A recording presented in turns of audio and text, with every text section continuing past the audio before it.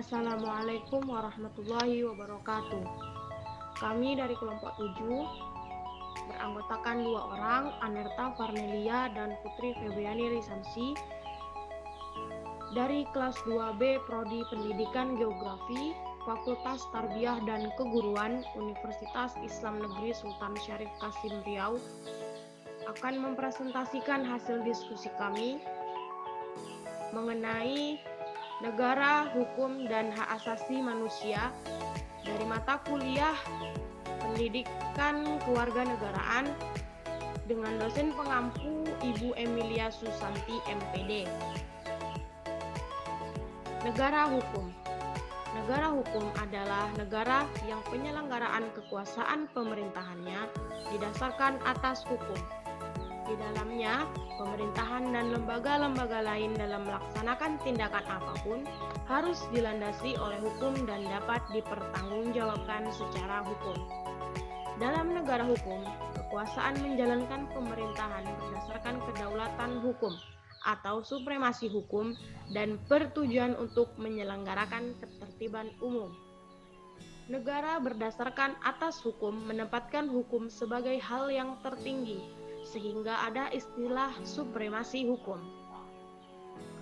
Supremasi hukum tidak boleh mengabaikan 3 ide dasar hukum, yaitu keadilan, kemanfaatan, dan kepastian. 1. Negara hukum formal. Negara hukum formal atau formil adalah negara hukum dalam arti sempit, yaitu negara yang warga negaranya urusan ekonominya diserahkan pada warga dengan dalil laissez-faire dan laissez-aller, yang berarti bila warga dibiarkan mengurus kepentingan ekonominya sendiri, maka dengan sendirinya perekonomian negara tersebut akan sehat. Yang kedua, negara hukum material. Negara hukum material atau dapat disebut negara hukum modern. Pemerintah diberi tugas membangun kesejahteraan umum di berbagai lapangan kehidupan. Untuk itu, pemerintah diberi kewenangan atau kemerdekaan untuk turut campur dalam urusan warga negaranya. Negara hukum material atau dapat disebut dengan welfare state adalah negara yang pemerintahannya memiliki kekuasaan, memiliki keluasan untuk turut campur tangan dalam urusan warga dengan dasar bahwa pemerintah ikut bertanggung jawab terhadap kesejahteraan rakyat. Ciri-ciri negara hukum. Ciri-ciri Rechtsstaat, yaitu yang pertama adanya hak asasi manusia. Yang kedua, pemisahan atau pembagian kekuasaan untuk menjamin hak asasi manusia yang biasa dikenal sebagai trias politika. Yang ketiga, pemerintahan berdasarkan peraturan-peraturan. Yang keempat, peradilan administrasi dalam perselisihan. Ciri-ciri negara hukum. Ciri-ciri rule of law. Yang pertama, supremasi hukum. Artinya, tidak boleh ada sewenang-wenangan. Yang kedua, kedudukan yang sama baik rakyat maupun penjabat. Yang ketiga, terjaminnya HAM dalam undang-undang atau keputusan pengadilan.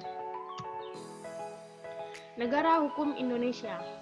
Indonesia adalah negara hukum, tercantum pada pasal 1 ayat 3 Undang-Undang Dasar 1945.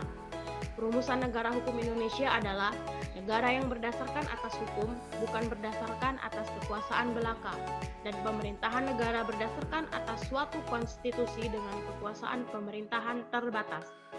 Perwujudan negara hukum di Indonesia adalah diwujudkannya sistem hukum nasional yang berpuncak pada konstitusi negara, yaitu Undang-Undang 1945. Sistem hukum nasional berisi peraturan perundang-undangan yang hierarkis, yang meliputi Undang-Undang 1945.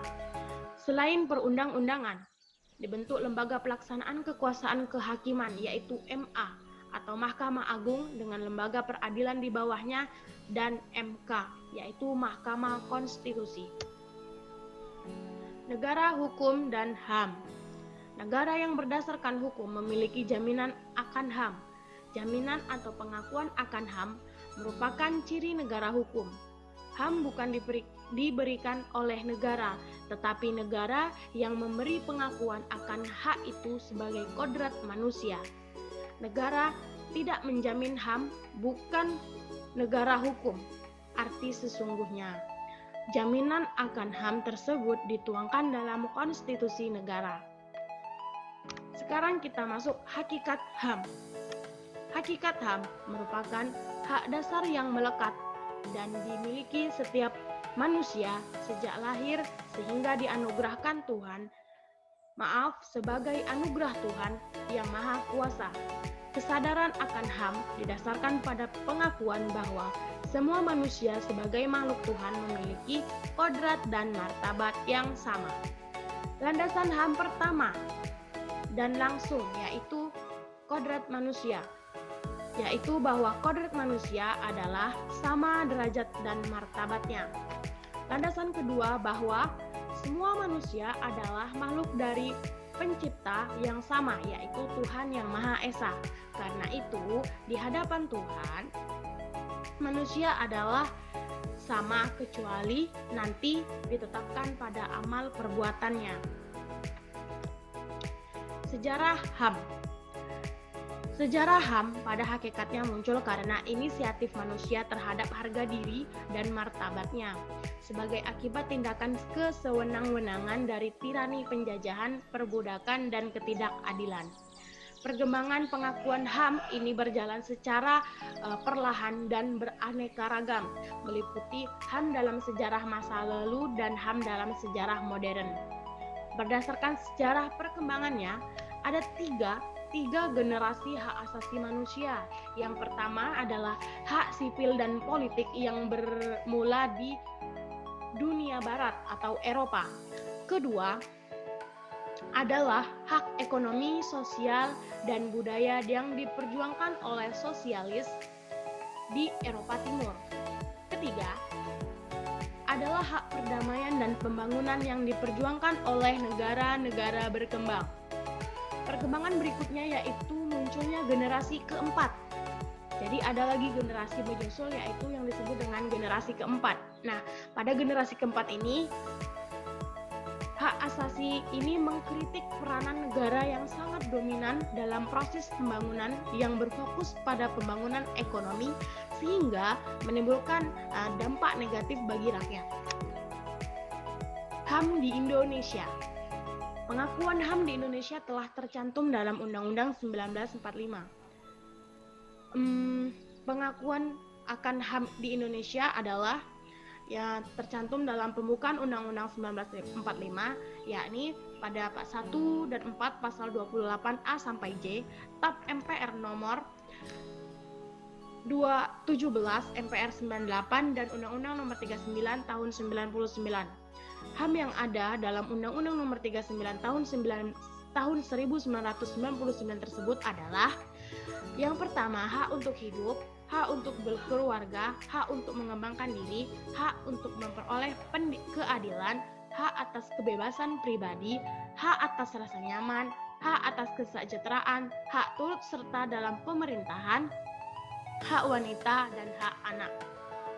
Dengan masuknya rumusan HAM dalam undang-undang, maka akan semakin kuat jaminan HAM di Indonesia. Tugas negara adalah mengadakan penegakan HAM dan memberi perlindungan warga dari tindakan pelanggaran HAM. Lanjut, penegakan HAM. Jaminan perlindungan terhadap HAM di samping dibentuknya undang-undang atau dibentuknya aturan-aturan hukum, juga dibentuklah lembaga yang berkaitan dengan penegakan HAM. Perangkat hukum dan lembaga tersebut antara lain Undang-Undang Nomor 26 Tahun 2000 tentang Pengadilan HAM, Komnas HAM yang dibentuk berdasarkan Kepres atau Keputusan Presiden Nomor 5 Tahun 93, Undang-Undang Nomor 39 Tahun 99 tentang Pengadilan HAM, Pengadilan HAM ad hoc dan KKR. Nah, masyarakat dapat pula berpartisipasi dalam rangka penegakan dan perlindungan HAM melalui pembentukan LSM. Apa itu LSM? Yaitu lembaga swadaya masyarakat yang bergerak dalam bidang HAM. Lanjut, Adapun penegakan HAM juga berlangsung bagi pelanggaran HAM internasional, yaitu suatu kejadian internasional. Kejahatan internasional adalah suatu tindak pidana yang dianggap merugikan bagi seluruh masyarakat internasional, di mana setiap lembaga peradilan di tiap negara, bahkan peradilan internasional ini mempunyai yurisdiksi atau hak untuk mengadili, termasuk adapun ya yang termasuk dalam kejahatan jenis ini adalah seperti kejahatan genosida, kejahatan terhadap kemanusiaan, kejahatan melakukan agresi atau perang, dan pembajakan atau perampokan. Masyarakat internasional memiliki hak dan wewenang untuk mencegah manakala terjadi pelanggaran HAM meskipun pelanggaran itu terjadi dalam suatu wilayah suatu negara. Baik, itulah presentasi sedikit dari kami mengenai hukum dan HAM di Indonesia. Apabila ada kekurangan, kami mohon maaf yang sebesar-besarnya. Billahi taufiq wal hidayah. Wassalamualaikum warahmatullahi wabarakatuh.